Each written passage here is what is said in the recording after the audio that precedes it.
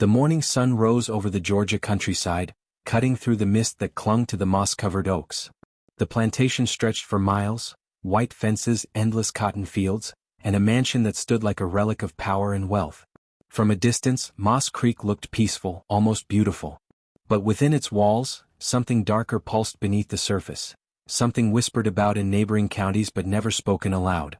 At the heart of it all was Madame Evelyn Harrow, the widow who owned Moss Creek. Her late husband's death in 1838 had left her with over 100 enslaved workers, vast cotton fields, and a reputation that balanced between admiration and fear. To outsiders, she was the very picture of Southern grace, refined, educated, and generous in her church donations. But among those who lived under her control, she was something else entirely. They called her the Lady of the Barns. Evelyn's wealth had grown mysteriously after her husband's passing. Records showed she sold more enslaved men than any other planter in the county. Yet strangely, every sale was preceded by a period when those same men would vanish from the quarters for weeks, summoned to the mansion at night, returning changed, silent, and hollow-eyed. No one outside the property ever knew what happened during those weeks. No one dared to ask. By 1840, whispers had begun to spread, whispers that made even the most powerful plantation owners uncomfortable. Stories told of Evelyn's obsession with her favorites, the men she called to the big house under pretense of discipline or reward. Some said she treated them better than servants, giving them fine clothes, meals at her table, and strange privileges. But then, just as suddenly, they would be sold, sometimes to faraway states, sometimes disappearing entirely. The county's white elite chose to ignore it. Evelyn's charm, beauty, and influence bought their silence. But the enslaved community knew. They saw the patterns, the nights when the mansion lights stayed burning until dawn. They heard the sounds no one was supposed to hear, muffled voices, sobs, and laughter that turned to screams. It was on one of those nights, in the summer of 1840, that a young field hand named Isaiah was summoned to the big house. He was strong, barely 20, known for his quiet nature and steady work. When the overseer came for him, the others in the quarters went silent. Everyone knew what that summons meant. Inside the mansion, Evelyn awaited him. The house smelled of roses and brandy. Her silk gown shimmered in the candlelight, her hair arranged as if for a portrait. "You'll address me as Madame Harrow," she said softly, though her tone carried no warmth. She studied him like an object, her blue eyes calculating. "You've been chosen," she added. "Do you understand what that means?" Isaiah didn't answer. He only lowered his gaze. The door closed behind him. That was the last time anyone in the quarters saw Isaiah alive. Days later, the overseer claimed Isaiah had been sold to a trader bound for Louisiana. But the others noticed something odd. No wagon had come, no trader had been seen. His name was simply erased from the roll. That same week, Evelyn ordered a new foundation built behind the barn. For storage, she claimed. The workers who dug the earth found the soil freshly turned, damp and dark, but said nothing. Fear had long replaced curiosity. As months passed, more men were called: Samuel, Abram, Peter. Each one summoned to the mansion at night, each one gone within days. And each time, Evelyn's wealth grew. She sold land, purchased jewels, hosted lavish dinners for visiting planters. Her charm disarmed suspicion, but her servants saw everything. One of them, a housemaid named Clara, began secretly keeping notes. She wrote in scraps hidden beneath the floorboards of the servant quarters, names, dates, and descriptions of every man who vanished. Clara had been born on the plantation and had seen things she could not forget: bruises, torn garments, and the haunted expressions of those who returned from the mansion before their final disappearance. In her journal, she wrote, "Mistress wears white to church and prays for the souls of men she buried herself." By autumn, Clara's notes told a full story of horror disguised as Southern elegance. Evelyn's obsession wasn't born of loneliness or grief as the neighbors believed. It was born of control, of using intimacy as power, humiliation as pleasure. She would keep a man close for weeks, then sell him once his will was broken, ensuring that no rumor could follow him north. But fate began to turn against her. In October, a shipment ledger from Savannah arrived at the county office. It listed sales Evelyn never declared, names that appeared in no official records. Among them was Isaiah. The clerk, uneasy, mentioned it to a traveling cotton broker who happened to be staying nearby, a man named Edward Latham. Latham was known for his meticulous bookkeeping, and something about the discrepancy caught his attention. When he rode out to Moss Creek to review Evelyn's records, she welcomed him with her usual charm. "My dear Mr. Latham," she said with a smile that never reached her eyes, Surely you don't believe I've miscounted? Her tone was sweet, but beneath it he sensed warning. That night as he dined with her, he noticed the strange unease of the servants. None met his gaze. None spoke unless directly ordered. The air felt heavy as if the walls themselves carried secrets. When the meal ended, he asked to see the slave quarters to verify inventory. Evelyn hesitated just for a second, then agreed. It was there, under the watchful eyes of the overseer, that Latham saw the fear. The men avoided his questions, but the women whispered when he turned away. He caught fragments: the barn, the nights, the river. That same evening he was awoken by a sound. A woman's scream carried faintly through the night air. It came from the direction of the barns. He stepped to the window, saw a lantern moving between the buildings, and the silhouette of Evelyn herself walking beside the overseer. Something about the way she held herself, calm, deliberate, almost ceremonial, froze his blood. By dawn he was gone. He left Moss Creek without breakfast, leaving only a polite note of thanks. But what he'd seen haunted him for years. It would not be until decades later, after the Civil War, that fragments of Clara's notes were found beneath the floorboards, confirming every rumor, every whisper, every nightmare. They told the true story of Moss Creek, of the woman who used her power not for survival but domination, of the men who disappeared into her house and never returned, of a society that preferred silence to scandal. And though the mansion still stands today, its walls restored, its history sanitized, locals say that on quiet nights, you can still hear footsteps pacing the upper hall, and the faint sound of weeping drifting from the direction of the old barn. No one goes there after dark. The deeper you look into stories like this, the more you realize, the real horrors of history were not monsters, but the people who wore pearls and prayed on Sundays. Where are you watching this from tonight? Tell us in the comments, and if you want more dark true stories from America's forgotten past, subscribe and stay tuned. The pale light of dawn crept across the dirt road leading to Rosehill Manor. Mist curled low over the fields like restless ghosts, veiling the estate in a mournful shroud. Daniel adjusted his worn coat as he approached the main gates, the iron bars cold and damp under his touch. The letters RHM, faded and half-rusted, stood above him, a grim reminder of the plantation's age and the blood it had swallowed over the years.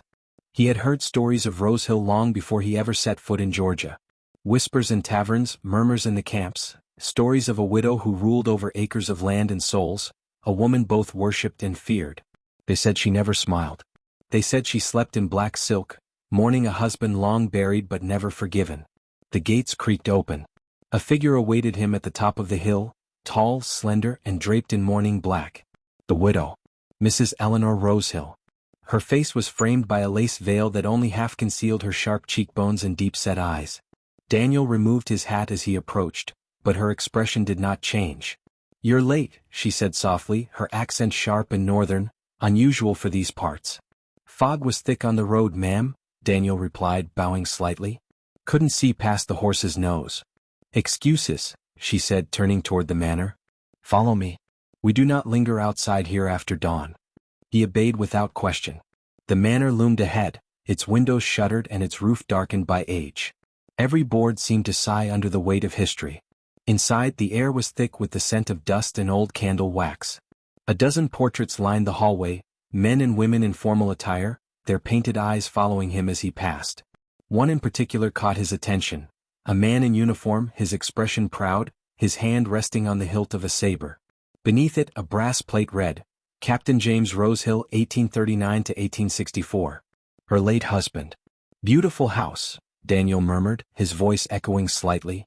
"House?" She stopped walking, her head tilting toward him. "It's a grave, Mr. Hale. A grave that remembers." He said nothing after that.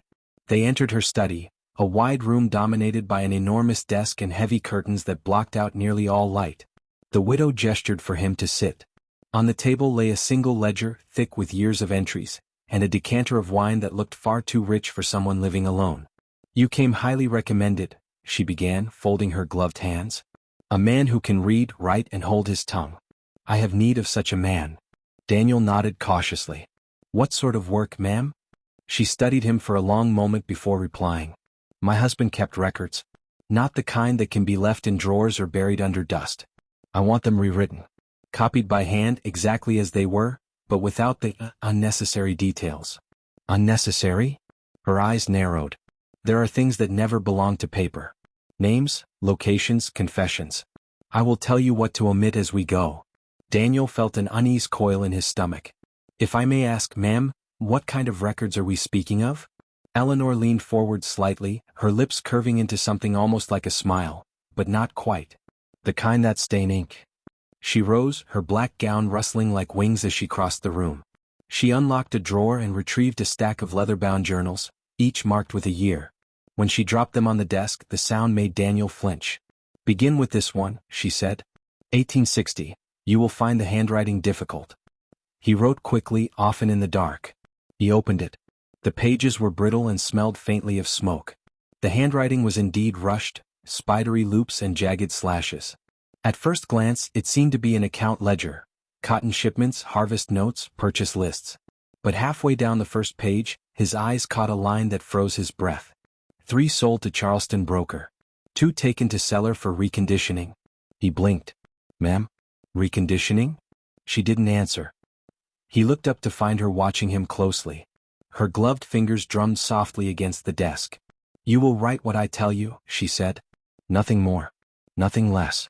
Do I make myself clear? Yes, ma'am.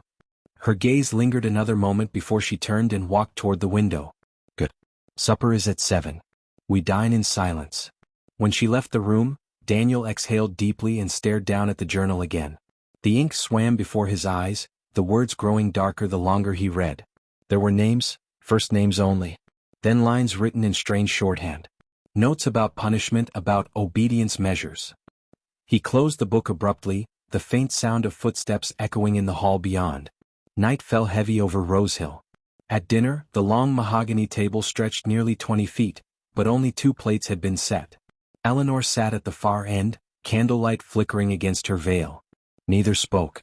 The only sounds were the ticking of the grandfather clock and the occasional sigh of the wind through the shutters. Halfway through the meal, she broke the silence. You are not afraid of this house, are you, Mr. Hale? Daniel looked up, startled. No, ma'am. Should I be? She lifted her wine glass, her eyes glinting over the rim. Only the foolish are fearless. The fire in the corner crackled. For a moment, Daniel thought he heard something, a faint whisper from behind the walls. A breath that didn't belong to either of them. He froze, listening. Do you hear that? He asked quietly. Eleanor didn't look up. Yes. The house breathes. It always has. That night, he lay awake in the small servant room he had been given. The walls were thin, and somewhere beneath the floorboards, he could swear he heard footsteps, slow, dragging like someone walking barefoot over old wood. Once he even heard a faint laugh. A woman's laugh, distant yet near. He rose and opened the door. The corridor was empty. Only moonlight filtered through the cracked window at the end of the hall. He turned back toward his room and froze. A figure stood in the doorway opposite his. A young woman in a servant's dress, her face pale as bone, her eyes hollow. She didn't move. Didn't blink. Daniel's throat went dry. Miss, he whispered. She raised one trembling hand and pointed toward the floor. Then she was gone. The sound of the clock striking midnight jolted him back to movement. He looked down where she had pointed. There, beneath the floorboards, the faintest seam of disturbed wood. The same boards that creaked under his feet every time he walked. He knelt slowly, brushing his fingers over the edge. The wood was warmer there, as if something beneath it was alive. A chill ran through him. The next morning, when he mentioned the figure to Eleanor, she looked at him for a long, unblinking moment and said, You saw Clara. Clara?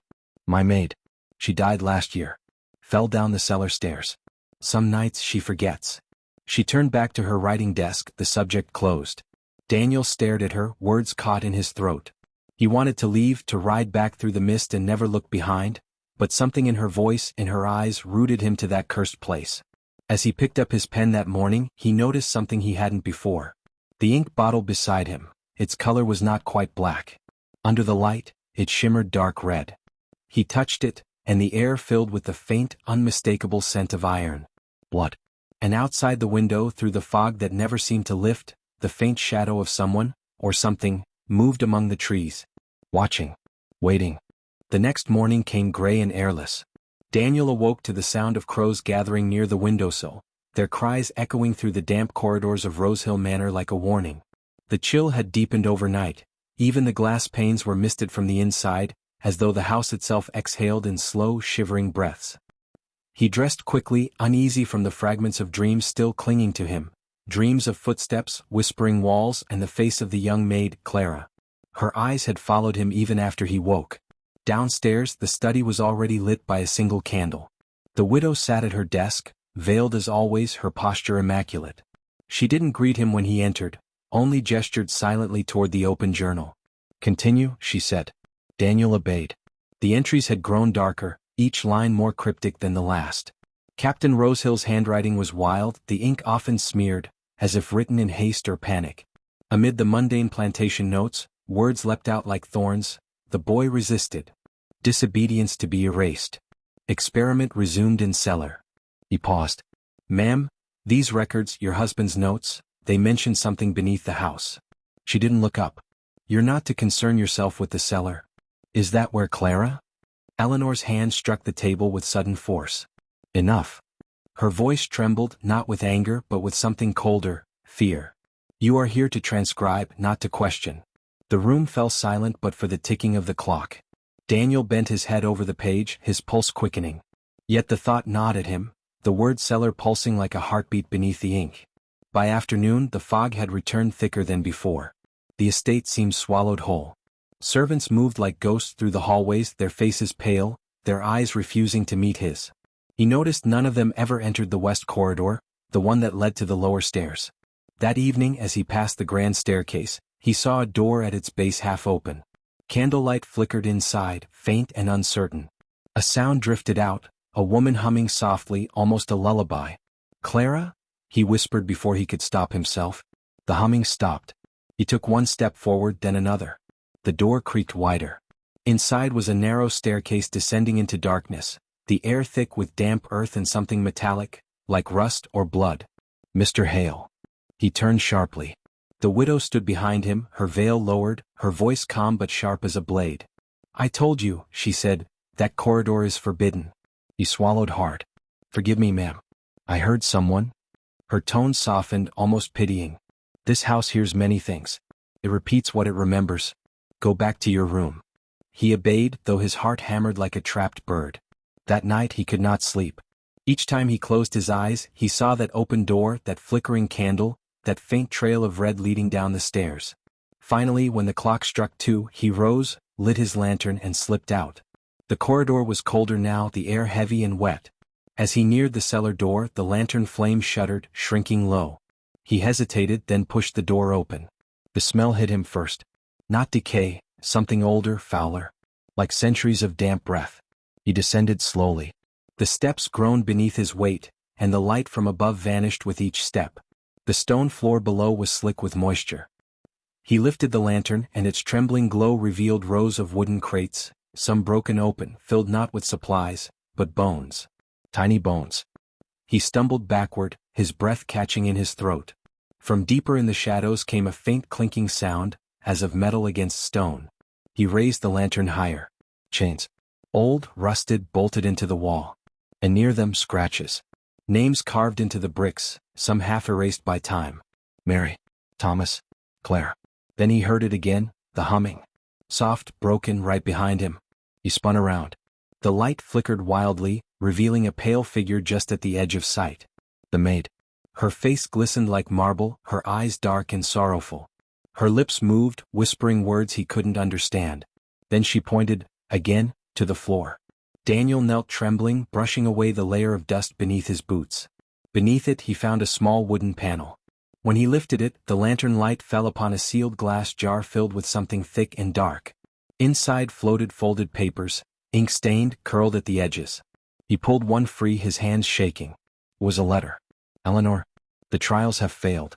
The blood refuses obedience. They remember what we took. If they rise, I cannot contain them. Burn it all or it will claim us both." The signature was unmistakable. Captain James Rosehill. Daniel's stomach turned. He dropped the letter, stumbling backward. The humming grew louder, closer. Then from behind the chained wall, came a low, dragging sound. A wet scrape like nails clawing at stone. He turned to run. But the figure of Clara stood in the doorway now, blocking his escape. Her head tilted slightly, her lips parting as though to speak, but the voice that came out was not hers. "Stay." It was Eleanor's voice. The lantern slipped from his hand, crashing to the floor.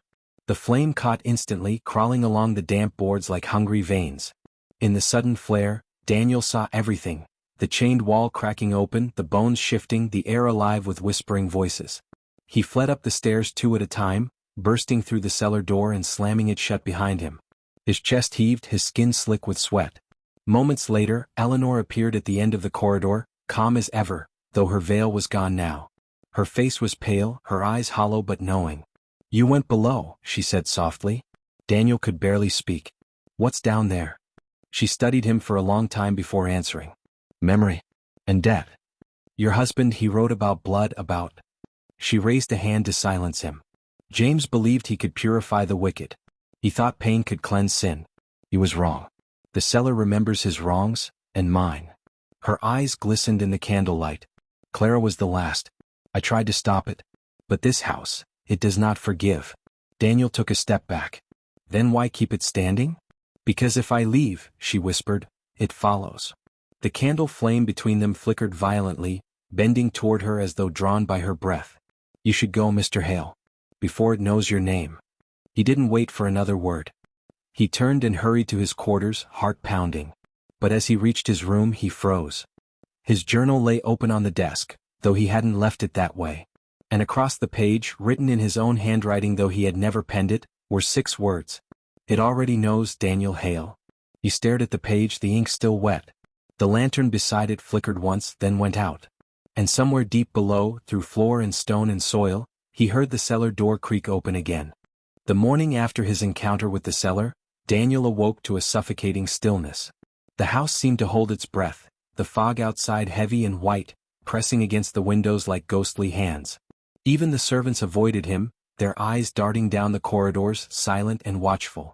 Daniel felt the weight of the house pressing upon his chest, a pressure born of history, secrets, and things that should have remained buried. Eleanor Rosehill appeared in his doorway just after dawn. Her veil remained drawn, but there was an unusual hesitancy in her step. "You've seen enough for one day," she said quietly. "But there are places you must still understand. Places that remember even more than you imagine." She led him down a narrow hallway that Daniel had never noticed before. The walls were lined with mirrors, tall and thin, framed in blackened oak, each one reflecting his pale, anxious face in multiples. The floor beneath them creaked with every step, though Daniel had been down this hallway countless times. Somehow the mirrors had been silent until now. At the end of the corridor was a door carved with intricate designs, twisted shapes that seemed to shift when not directly observed. Eleanor paused before it. "This is the mirror room," she said. "It is not a simple reflection of yourself, Daniel Hale. It reflects what the house carries. It reflects what is hidden." He swallowed hard. "Hidden? How?" She opened the door. Inside the room was long and narrow. Mirrors covered every wall, and the ceiling seemed impossibly high, far beyond the dimensions of the house itself. Candlelight flickered along the walls, throwing shadows that moved of their own accord. In each reflection, Daniel saw more than himself. He saw flashes of Clara's pale face, shadows of figures chained, shapes writhing beneath floors he had never walked. "Step carefully," Eleanor warned. "The mirror room does not forgive intrusion." Daniel moved forward, his footsteps echoing unnaturally. Every time he glanced into a mirror, the reflection was delayed, almost like it belonged to another moment, another life. And in each, Clara appeared, sometimes faint and translucent, sometimes vivid and alive, dragging herself across the floors of the basement, screaming silently. He froze when a reflection at the far end shifted independently of him. It was Eleanor, but not her. Her eyes glowed faintly in the candlelight, and her lips moved though no sound emerged. Daniel felt a cold draft, carrying with it the metallic scent of blood and the unmistakable stench of decay. "Do not be afraid," Eleanor said, though her voice trembled. "The mirrors show you what cannot leave this house. The cellar, the barn, everything that happened here exists somewhere between these walls and these reflections. They remember. They speak." Daniel wanted to speak, to ask how such a thing could be possible, but no words came. Instead, he noticed movement in the mirrors behind him, a thin figure, hunched and pale, pressing its hands against the glass from the inside. It was Clara. But her eyes were hollow, endless, staring straight through him. One of the mirrors rippled, like water disturbed. The figure stepped closer. Daniel realized it was not just a reflection. The air grew thick, the candle flames stretched toward the figure as if drawn by a magnetic pull. Eleanor stepped forward suddenly. Daniel, focus. You must understand. These mirrors, they are memory. They do not lie. But they are dangerous. If you linger too long, if you let fear take root, they will claim a piece of you. Just as they claimed him. Daniel's heart stuttered. Him? Joshua, she whispered. Your friend. Your love. He did not survive what lies beneath this house. A low moan echoed through the room, coming not from the mirrors, but from the walls themselves. Daniel could feel it in his chest, a vibration that rattled his bones. His lantern flickered violently, casting shifting shadows that seemed to reach out toward him. In one mirror, he saw a door open that did not exist in reality, revealing a corridor lined with broken bones and torn fabric, faintly illuminated by candlelight. See carefully, Eleanor said. They do not forgive. They do not forget. Every wrong, every cruelty, every death, it is all recorded here. Daniel's gaze fixed on a single mirror at the far end. Something moved behind it, not a reflection but a presence. He stepped closer, and in the glass he saw Clara again. Her lips moved, forming words he could not hear. Then her eyes locked with his. For the first time they seemed to plead. Eleanor took a step closer to Daniel, her veil now fully removed. Her eyes were dark, almost black, reflecting the flickering candlelight. They want to be remembered, she said. Those who suffered, they are trapped in these reflections. They seek acknowledgement. And they will not rest until it is given. Daniel felt a chill run down his spine. Trapped? Trapped where? In the house, Eleanor whispered. In the mirrors, in the walls, in the cellar. Every corner you have walked, every shadow you have passed, they are all here. And one day the house will claim what belongs to it. You must leave soon, Daniel. Before it decides you belong here too. A sudden shiver ran through him. The candlelight flickered one final time, and in the reflection behind Eleanor, Daniel saw a figure he did not recognize, tall, gaunt, with eyes black as coal, a shadow that moved independently of its reflection. Its lips moved, whispering a name, his name. Daniel realized then that the house was not merely a place of memory, it was a predator. It had learned, it had remembered, and it had chosen. Eleanor gestured toward the door. Go. Learn what you must from what you see, but do not linger. The mirrors will tempt you. They will show what you want and then take more than you expect. Leave the mirror room while you still can. Daniel turned, heart racing, every step echoing in the corridor of reflections. When he reached the hallway outside, he dared to glance back. The door of the mirror room seemed to shift, elongate, pulse. And in that fleeting instant, he swore he saw Clara's pale face pressed against the glass, screaming silently. He hurried to his room, and for the first time, sleep refused him entirely. All night, he imagined the faces, the whispers, the soft dragging of feet across stone floors. The house had spoken to him. And he understood that its voice was only beginning. By dawn, Daniel's restless night had left him drained but alert.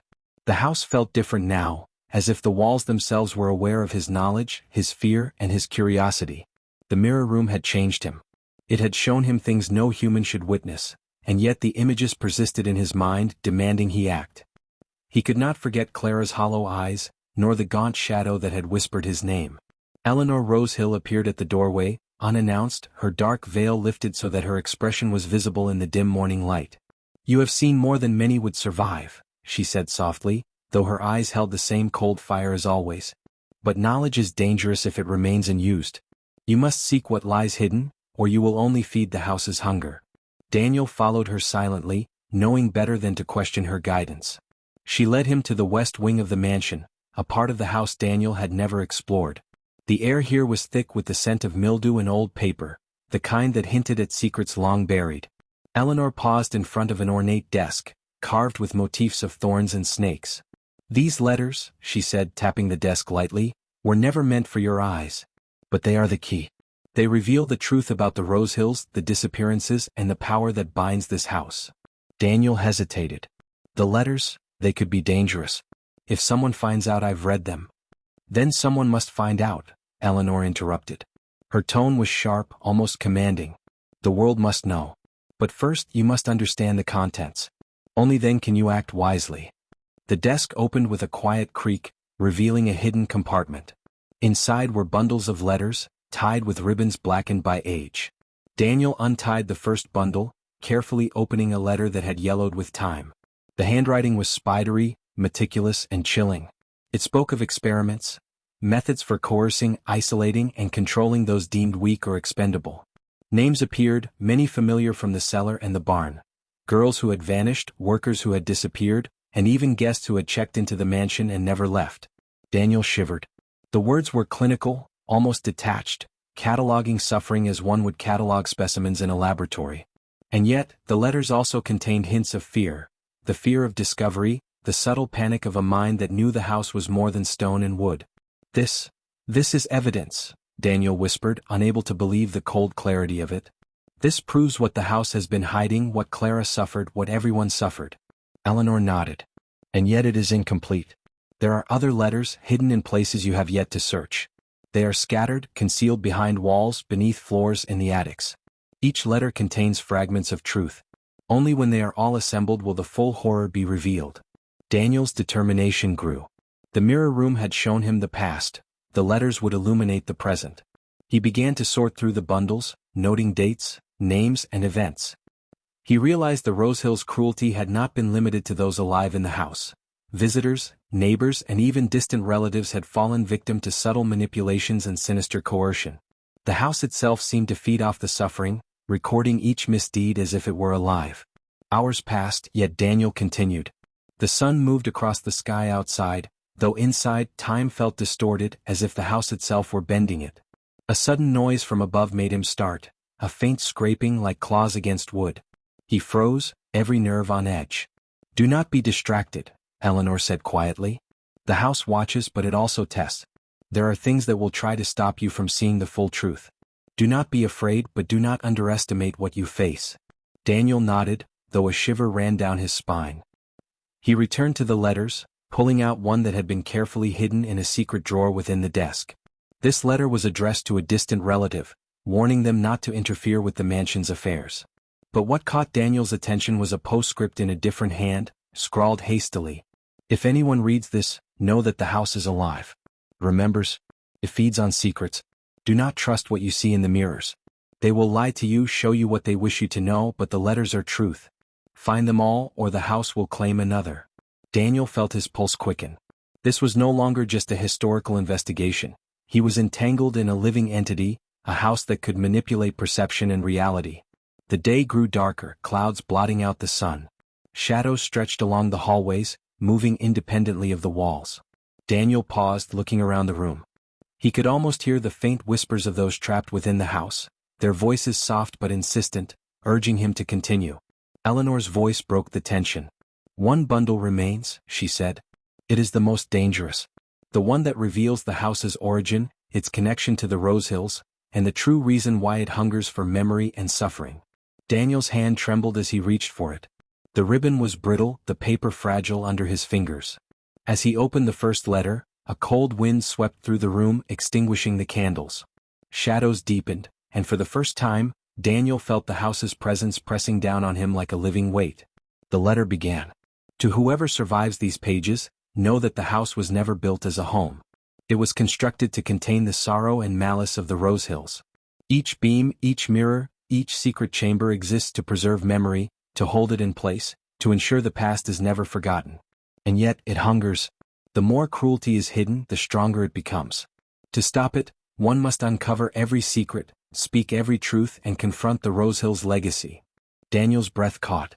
The letter was unfinished, torn at the bottom, as if the writer had been interrupted. He glanced at Eleanor. Her expression was grave, unreadable. "You must find the rest," she said. "And you must be ready. The house will not allow this journey to be simple. It will try to stop you, to twist your mind, to make you doubt yourself. But the truth is worth the cost." Daniel felt a strange clarity. For the first time since entering the house, he felt a sense of purpose. The mirror room had shown him fear and despair. The letters were showing him direction. If he could assemble every piece, reveal the crimes of the Rosehills, perhaps he could release the trapped souls, including Clara's, and end the house's hunger. As he replaced the letter in the desk, he heard a faint scratching at the walls. The house had noticed his resolve. Its shadows shifted, coiling like smoke, reaching for him, testing him. Daniel straightened, steeling his nerves. He would not flee. He would not falter. For Daniel Hale, the journey had only just begun. The hidden letters were not merely evidence. They were a map, a lifeline, and a warning. And somewhere deep in the house Clara waited, her fate intertwined with the letters, the mirrors and the dark legacy of the Rose Hills. He took a deep breath and stepped into the corridor, the bundles of letters clutched tightly in his arms. Outside, the storm clouds thickened, and a distant rumble of thunder echoed through the estate. But Daniel moved forward, determined to uncover the full truth, to confront the house, and to find the courage to survive whatever horrors awaited. The mansion had grown colder with the coming night. Daniel moved quietly through the dimly lit corridors, the letters clutched to his chest. Each page seemed to pulse with a memory of pain, of secrets whispered and screams silenced. The shadows stretched long across the floors, crawling along the walls as though alive, yet Daniel did not hesitate. He knew he had to follow the trail the letters laid out, step by step, even if it meant walking into the heart of the house's malice. Eleanor had given him only one instruction: find the hidden chambers, uncover the letters, and understand the depth of the Rose Hills cruelty. But she had also warned him, the house would fight back. Daniel now understood what she meant. The mirrors he passed reflected not his image, but fleeting glimpses of those who had disappeared. Clara's hollow eyes, the girls from the barn, even the figures of servants long gone. Their silent pleas gnawed at him, urging him onward. He paused before a narrow door, hidden behind a tapestry depicting the Rose Hill crest. The letters had indicated this was the location of the second hidden bundle. Daniel hesitated, hand on the doorknob. The air beyond the door felt heavy, almost suffocating. A faint whisper seemed to beckon him, carrying the names of those who had been lost. Taking a deep breath, he turned the knob and stepped inside. The room was small, lined with shelves filled with journals, ledgers and more bundles of letters, each tied carefully with black ribbons. Dust swirled in the candlelight, disturbed by his movement. Daniel knelt before the shelves, scanning the titles. Each bundle told a story: arrangements of disappearances, methods of intimidation, letters between Rose Hill family members plotting to conceal their crimes. One letter, dated a decade earlier, referenced the mirror room itself, describing it as a tool to manipulate memory and perception, a device to trap the living and record the dead. A sudden sound made Daniel start. From the corner of the room, a mirror rippled as though water had been disturbed. Daniel froze. He knew better than to approach without caution. The reflection showed not him, but a girl, pale and hollow-eyed, reaching toward him. He blinked and she was gone. The house tested him, confirming Eleanor's warnings. He refocused, pulling the letters from the shelves. One bundle fell open to a page that described Clara's last night in the mirror room. The words were precise, chilling, documenting every moment of terror, every attempt she had made to escape. Daniel's heart ached for her, but he pushed forward. He had to record every detail, understand the sequence of events, or the Rose Hills crimes would remain buried forever. Hours passed as Daniel catalogued the letters, cross-referencing names and dates. A pattern began to emerge. The Rose Hills had deliberately targeted the vulnerable, isolating them in the mansion, forcing them into the mirror room, the barns, and the hidden chambers. Each disappearance was calculated, designed to terrorize the household and surrounding community while leaving no evidence. The house itself had become an accomplice, storing memory and amplifying fear. As midnight approached, Daniel noticed a faint draft near the far wall. He traced it to a seam between the wooden panels. Pressing gently, a section of the wall swung inward to reveal a hidden staircase leading downward. The letters had hinted at a sublevel beneath the mansion, a place where the most damning secrets were kept. Daniel descended carefully, each step echoing in the darkness, the house seeming to pulse with a malevolent rhythm. At the bottom he found a long, narrow corridor. At intervals, alcoves held small cages, long empty, but still smelling faintly of decay. Daniel's stomach churned. Here the lost had been kept before being disposed of. In the faint light, he could see marks on the walls, scratches from desperate hands, letters etched by those who had hoped someone would find them. Finally he reached a room sealed by a heavy iron door. The letters had described it as the archive of truth, the repository of the Rose Hills' darkest deeds. Daniel's hands shook as he turned the key he had found in a hidden drawer earlier.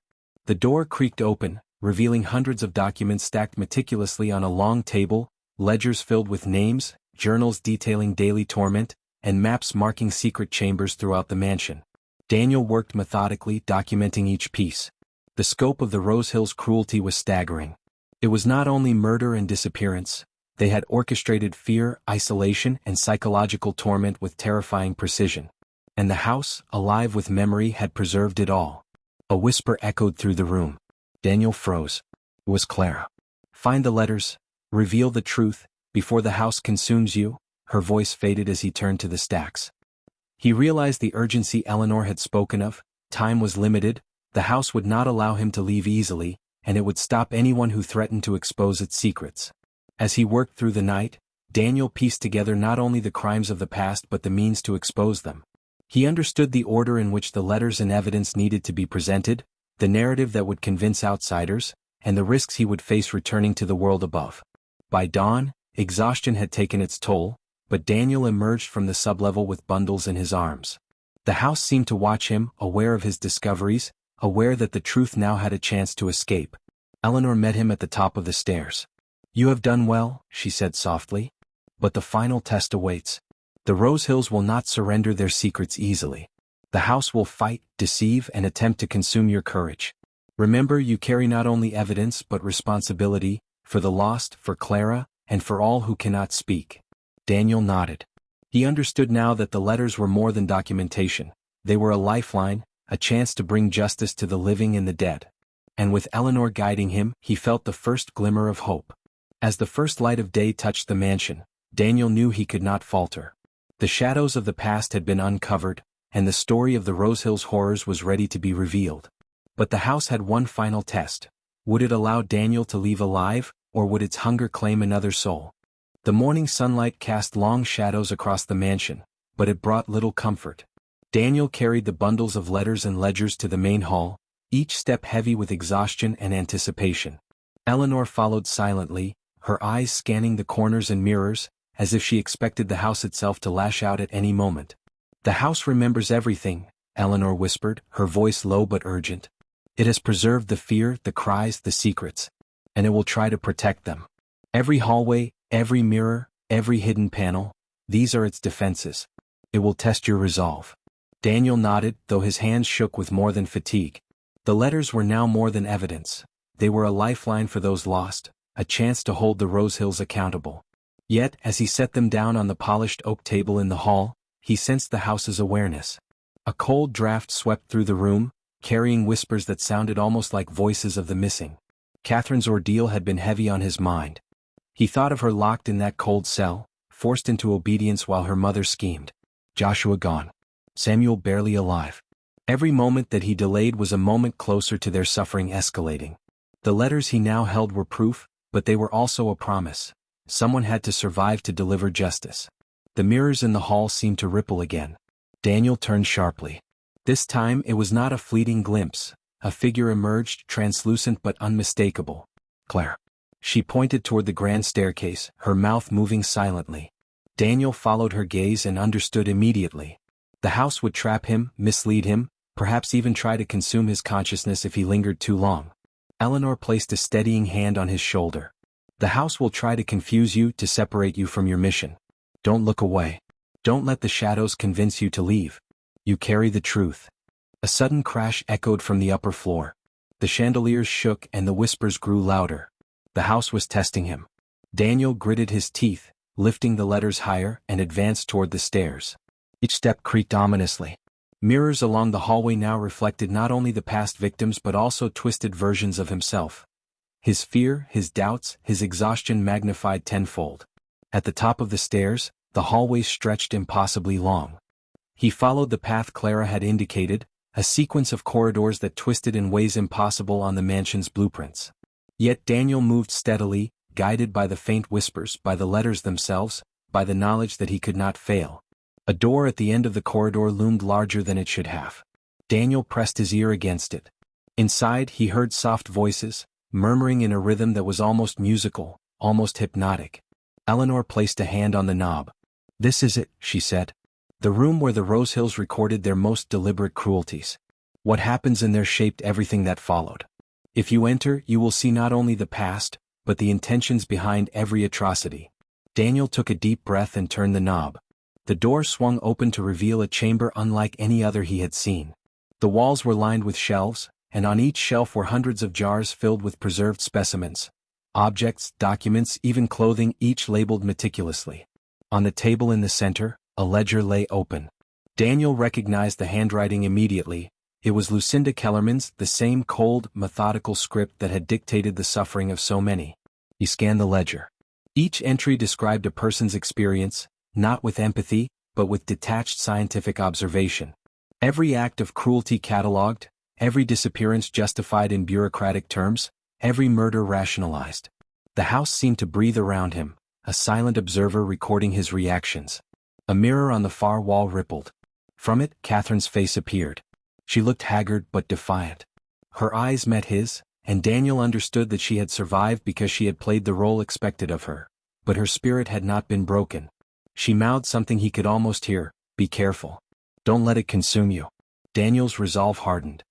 He began photographing the ledgers and jars with a small camera Eleanor had supplied, documenting everything meticulously. Every label, every entry, every hidden compartment he could find was recorded. The house groaned and shifted as if in protest, but he ignored the sounds. Hours passed and Daniel's hands grew numb. Yet he continued. He had to. The Rose Hills legacy of cruelty could not remain hidden any longer. Every whisper from the walls, every flicker in the mirrors, reinforced the importance of his task. He was no longer just Daniel. He had become the voice of the lost, the record keeper of the truth. As night fell, Eleanor whispered, "We must leave before the house begins its final defense. It will try to trap us in the memories, in the shadows, and in the mirrors. Once we leave, the evidence must reach the outside world. Newspapers, investigators, anyone who will not turn a blind eye." Daniel nodded, taking the last bundle of ledgers. The descent back to the main hall felt different. The house seemed calmer, almost as if it acknowledged that he had endured its trials. Yet, the mirrors still whispered, still shimmered with glimpses of those lost. Daniel kept his eyes forward, focusing on the exit. As they emerged from the mansion into the cold night air, the wind carrying the scent of the nearby river, Daniel felt the weight of the letters in his arms. He knew the fight was not over. The evidence would now have to survive the outside world, just as he and Catherine had survived the house. And somewhere, deep in the shadows of the mansion, the Rose Hills legacy waited, lingering, but no longer invincible. Eleanor placed a steady hand on his shoulder. "Now it begins," she said softly. "The world must see what we have uncovered. And those who escaped, like Catherine, will ensure the Rose Hills crimes are never forgotten." Daniel glanced back at the looming silhouette of the mansion, its windows dark, its secrets exposed yet still breathing. He exhaled slowly, determination hardening in his chest. The house had tested him, the shadows had tried to claim him, but he had survived. The letters, the ledgers, the testimonies, they were now more than ink and paper. They were a call for justice. And for Catherine, for the children lost, for Joshua and Samuel, the fight for truth had only just begun. The carriage rattled along the dirt road toward Natchez, the late autumn wind carrying a chill that bit through Daniel's coat. Catherine sat opposite him, her hands folded in her lap, her gaze fixed on the passing landscape. She was exhausted, both physically and emotionally, yet her mind was sharper than it had been in weeks. The letters, the ledgers, the testimony they had gathered, they were no longer abstract proof. They were a lifeline for the countless lives lost and a threat to the empire Lucinda Kellerman had built on cruelty and deception. Daniel glanced at her. "We're almost there," he said softly. "The investigators are waiting. Everything depends on your testimony." Catherine's lips tightened. "And if I falter?" she asked. "If I break in front of them?" "You won't," Daniel said firmly. "You've survived worse. You've stared into the darkness and come back. You know what to say. You know the truth, and the truth is stronger than her power." Her mind flashed to Joshua, to Samuel, to the other prisoners. Their faces haunted her. Joshua's courage, Samuel's determination, Daniel's loyalty, they were all pieces of the resistance against her mother's tyranny. She thought of the girls in the barns, of the letters she had seen in the mansion, of the skeletal remains buried beneath the earth. Every detail would count. Every word could tip the scales toward justice. At the courthouse, the investigators from the Pennsylvania Anti-Slavery Society were waiting. Their presence brought a strange comfort. They were outsiders, untainted by the complicity that ran so deeply through Mississippi's elite. They greeted Catherine with quiet respect, their eyes conveying both empathy and a professional intensity. Lucinda Kellerman arrived shortly after, her posture rigid, her expression a mask of composed fury. Even in the presence of legal authorities, she radiated control, yet Catherine sensed a subtle tremor beneath the surface, a flicker of doubt she had never seen before. The investigators filed the paperwork, requested the documents, and prepared to take depositions from both Daniel and Catherine. The courtroom was tense, every observer aware of the gravity of the moment. Catherine's hands shook as she began to recount the events. She spoke of the barns, the forced treatments, the girls who had disappeared, the falsified death records, and the letters documenting her father's true will. Every detail was precise, every accusation delivered with clarity born of personal experience and painstaking preparation. Lucinda listened silently, her eyes narrowing, her fingers drumming on the armrest of her chair. Occasionally, her lawyer whispered something in her ear, and she nodded sharply, attempting to maintain an appearance of authority. But Catherine noticed small shifts, an involuntary twitch, a tightened jaw, a slight falter in her voice when addressing the investigators. The facade was cracking. Daniel and Eleanor provided corroboration. They described the letters, the ledgers, the jars, and the mansion's layout, confirming Catherine's accounts. The investigators asked detailed questions, and every answer reinforced the horror of Lucinda's actions. When the topic of Joshua's execution arose, Catherine's voice wavered, but her resolve did not. She spoke clearly of her mother's orders, of the sheriff's compliance, and of the systematic cover-up that had allowed these crimes to continue unchecked. Lucinda finally spoke, her tone icy but strained. "This is preposterous. My daughter's imagination. These are baseless claims," she said. But even as the words left her lips, the eyes of the investigators betrayed disbelief. The meticulous records, the corroborating witnesses, and the evidence they had seen left little room for doubt. As the trial progressed over several days, Catherine noticed the subtle shifts in the courtroom. Families who had once looked upon Lucinda with admiration now avoided her gaze. Plantation owners who had previously remained silent began to murmur among themselves. The weight of exposure pressed down on Lucinda, and Catherine realized that fear could erode even the most formidable authority. Each night, Catherine returned to her lodging with Daniel. They reviewed testimony, prepared for cross-examinations, and allowed themselves brief moments of reflection. The bond between them strengthened, forged through shared trauma and the shared responsibility of ensuring justice.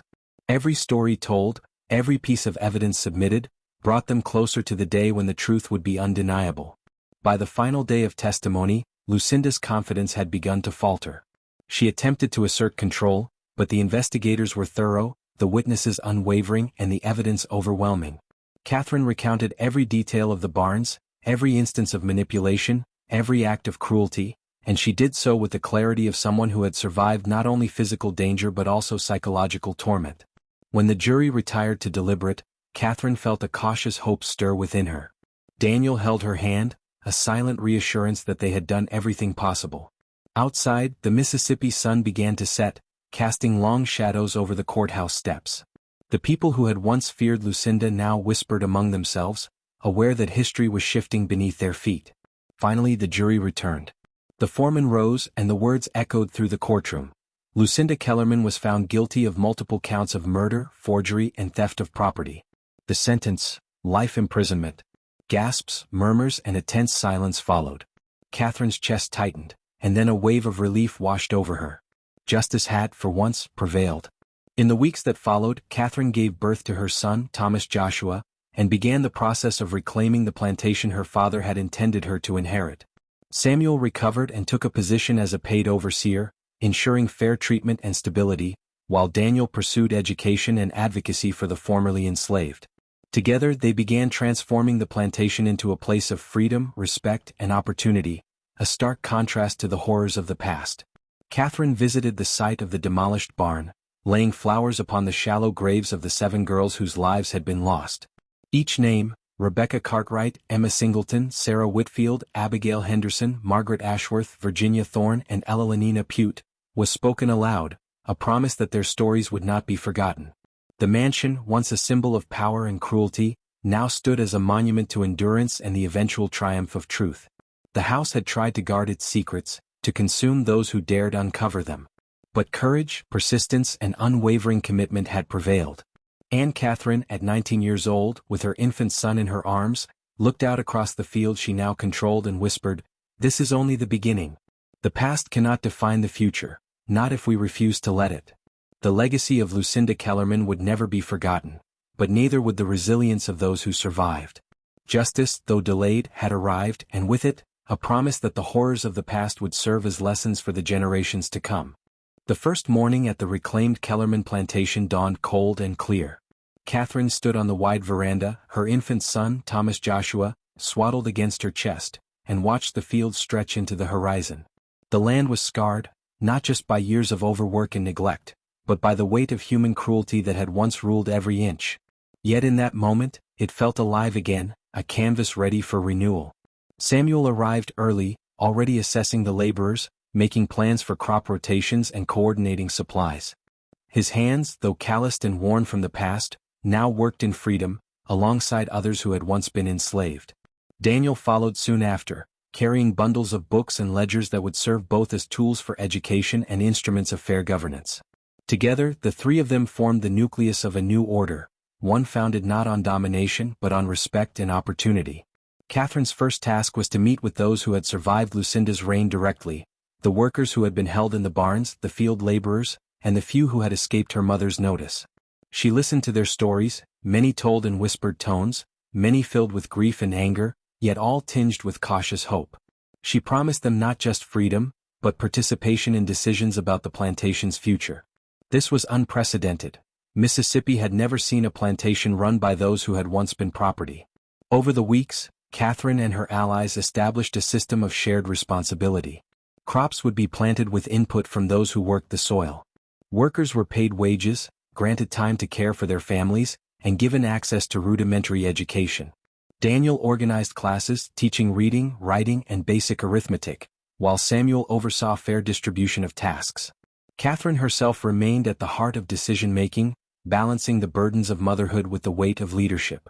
Yet rebuilding was not without its challenges. Rumors of Lucinda's conviction had spread quickly, stirring anger and resistance among neighboring plantation owners.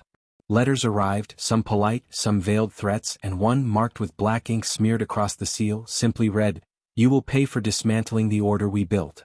Catherine ignored the threats but took care to strengthen her defenses, relying on Samuel and Daniel to ensure safety while maintaining transparency with the workers. Every corner of the plantation carried memory. The main house, once a place of terror, became a hub of communal life. Rooms were cleared of relics of Lucinda's cruelty, replaced with furniture from the town and gifts from allies who had long opposed the abuses. The barns, once instruments of suffering, were rebuilt as storage for harvests and workshops for artisans. And in the fields, the presence of children, laughing, learning, playing, replaced the haunting absence that had lingered for decades. Catherine often thought of the 7 girls whose graves she had tended. Their loss weighed on her, a constant reminder that freedom had a cost. She organized memorials, marking each site with plaques that bore the girls' names. She invited the local community to witness, to acknowledge, and to honor. It was a small act of justice, yet one that resonated far beyond the plantation's boundaries. Months passed and the estate flourished under the new system. Crops yielded above-average harvests, not because of coercion, but because workers had pride in their labor. Families who had feared retaliation found protection and fairness under Catherine's watch. Word spread beyond Mississippi of a plantation operating without slaves, attracting journalists, reformers, and sympathetic neighbors curious to witness the experiment firsthand. Catherine, careful in her dealings, welcomed visitors selectively, always mindful of maintaining the safety and dignity of those under her care. Through it all, Catherine's personal life evolved quietly. She nurtured her son, Thomas Joshua, instilling in him lessons of resilience, justice, and compassion. She and Daniel remained close, bonded by shared survival and dedication to rebuilding lives torn apart by cruelty. Samuel, too, became an indispensable part of the family's new reality, a trusted counselor, friend, and advisor. Together, they formed an unconventional family forged in the fires of adversity. Catherine never forgot the letters Samuel had sent north, nor the abolitionists who had listened and acted. Occasionally she received updates, news of investigations, reforms, and the slow ripple of justice moving through the region. These small victories reinforced her resolve. She had survived not just to endure but to enact change. The most difficult lessons were emotional. Trust had to be rebuilt, not only between Catherine and those around her but within herself. She had learned to navigate fear, anger, grief, and hope simultaneously, finding balance in action rather than reaction. Each decision required consideration for its ethical and human impact, a far cry from the authoritarian, fear-driven rule of Lucinda Kellerman. By the end of the first year, the plantation had transformed from a symbol of oppression into a beacon of possibility. Formerly enslaved workers could read and write, children attended school, and a sense of community, long denied, was flourishing. Catherine documented the journey meticulously, recording testimonies, challenges, successes, and lessons for posterity. These records, she hoped, would inspire others, proving that even the most entrenched systems of cruelty could be dismantled when courage and compassion prevailed. And yet, despite progress, Catherine remained vigilant. Shadows of the past lingered in the memories of those who survived, in the whispers of those who still feared reprisal, and in the lingering power structures beyond the plantation gates. She knew that lasting change required patience, persistence, and unwavering moral clarity. On a crisp evening, as the sun dipped below the horizon and painted the fields in shades of gold and crimson, Catherine stood with Thomas Joshua in her arms, watching the workers return from the fields. Children ran ahead, their laughter carried by the wind, and Daniel and Samuel walked alongside the laborers, discussing plans for the next planting season. Catherine inhaled deeply, letting the moment settle within her. The plantation was no longer a place of fear. It was a place of life, of justice, and of new beginnings. And though the scars of the past would never fully fade, she had ensured that the future would be guided by humanity, integrity, and the knowledge that one person's courage could ignite change far greater than themselves. The winter of 1845 settled over Mississippi like a heavy, unyielding shroud. The once oppressive Kellerman estate now echoed with the quiet rhythm of life reclaimed. Catherine Kellerman, standing at the edge of the main house's veranda, looked across the fields with a mixture of sorrow and triumph. The land bore the marks of suffering, yes, but also the proof of resilience, courage, and change. She held Thomas Joshua close, feeling the warmth of life she had fought so fiercely to preserve. The courtroom had been a spectacle. Lucinda Kellerman's trial had sent shockwaves through the county, exposing the horrifying extent of her cruelty. Samuel, still weak from his injuries, had testified with unwavering clarity. Daniel had corroborated every detail, painting a picture of systemic abuse and the cold, calculated exploitation of innocent lives. When Catherine herself took the stand, her voice steady, unwavering, she recounted the barns, the missing girls, the forged documents, and the horrors perpetrated under the guise of family honor. Every word, every pause reverberated with the truth that could not be silenced. Lucinda's conviction had been swift in the eyes of justice, though it came too late for those whose lives had been stolen. Sentenced to life imprisonment, she lingered in a state of denial and rage until her death 2 years later. Her name faded from social records, erased from the society pages she had once dominated, leaving only the chilling legacy of her cruelty behind. But Catherine's work was far from over. With Lucinda removed from power, the plantation required more than mere administration. It needed transformation, a reinvention of life itself. Catherine, Samuel, and Daniel worked tirelessly to implement systems that were fair, transparent, and just. Formerly enslaved workers now owned their labor and were paid for it. Children attended school, learning to read, write, and think critically, an education once denied to them. Families rebuilt the bonds that had been torn apart by fear and oppression. Yet the past never fully released its grip. The graves of the 7 girls in the dismantled barn remained a somber reminder of lives lost. Catherine ensured each girl was remembered, marking their resting places with names and stories, a permanent acknowledgement of their suffering and dignity. Rebecca Cartwright, Emma Singleton, Sarah Whitfield, Abigail Henderson, Margaret Ashworth, Virginia Thorne, and Elenina Pute, their stories would live on through her efforts and through the testimonies she preserved. Catherine's son, Thomas Joshua, grew amidst this rebirth. He learned early that courage was not the absence of fear, but the act of standing firm despite it. He watched as his mother navigated the delicate balance of leadership, justice, and compassion. In Daniel and Samuel, he found mentors and protectors, men who had survived horrors unimaginable and now channeled their knowledge and strength into the future. Letters continued to arrive from abolitionist societies, journalists, and reformers. Each carried news of progress, investigations, and the slow but steady march toward justice. Mississippi, long a bastion of oppression, could not ignore the precedent Catherine was setting. The story of a plantation run without slavery, guided by those who had once been its prisoners, spread quietly but powerfully. And yet, Catherine remained vigilant. Threats still lingered in the margins of society, from those unwilling to accept the change she represented. Neighboring plantation owners whispered, plotted, and attempted to undermine her authority. But Catherine had learned the hard lessons of patience, strategy, and moral clarity. She had survived fear, endured cruelty, and now wielded knowledge as a shield and sword. On one crisp morning in early spring, Catherine walked the fields alone. The soil, dark and rich, smelled of rain and renewal. Workers tended crops, children ran through the rows of plants, and birds filled the air with song. Catherine paused, feeling the weight of all she had lost and all she had gained. The ghosts of the past were never far, but they no longer held power over her or the lives she was shaping. She knelt at the edge of the old barn's foundation, now cleared and rebuilt into a garden and workshop space. In the soil, she placed a small marker for the 7 girls. "You are remembered," she whispered. "Your stories will be told, your lives honored." Thomas Joshua tugged at her hand, curious, and she smiled, lifting him onto her hip. Together, they planted flowers beside the marker, the first act of life where death had once reigned. In the mansion, Samuel and Daniel reviewed ledgers and plans. The plantation's new systems were working, crops flourishing, wages fair, education ongoing. The laborers no longer feared punishment, only the responsibilities they had chosen to embrace. Laughter, learning, and life replaced the silence and despair that had once dominated the estate. That evening, Catherine stood at the veranda once more, looking out over the transformed land. She knew the journey ahead would not be easy. Society rarely embraced sudden change, but for the first time she felt the quiet assurance of justice, resilience, and hope. The horrors she had endured, the losses she had suffered, and the courage she had witnessed were threads woven into the fabric of this new life. And as the sun dipped below the horizon, painting the sky in shades of gold and crimson, Catherine turned to the camera, her voice steady and resolute. "This story is more than history. It is a reminder that courage matters, that truth matters, that every act of cruelty can be met with resilience, every injustice with action. What you've seen here is the power of standing firm, of telling the truth, and of fighting for a better world, even when it seems impossible.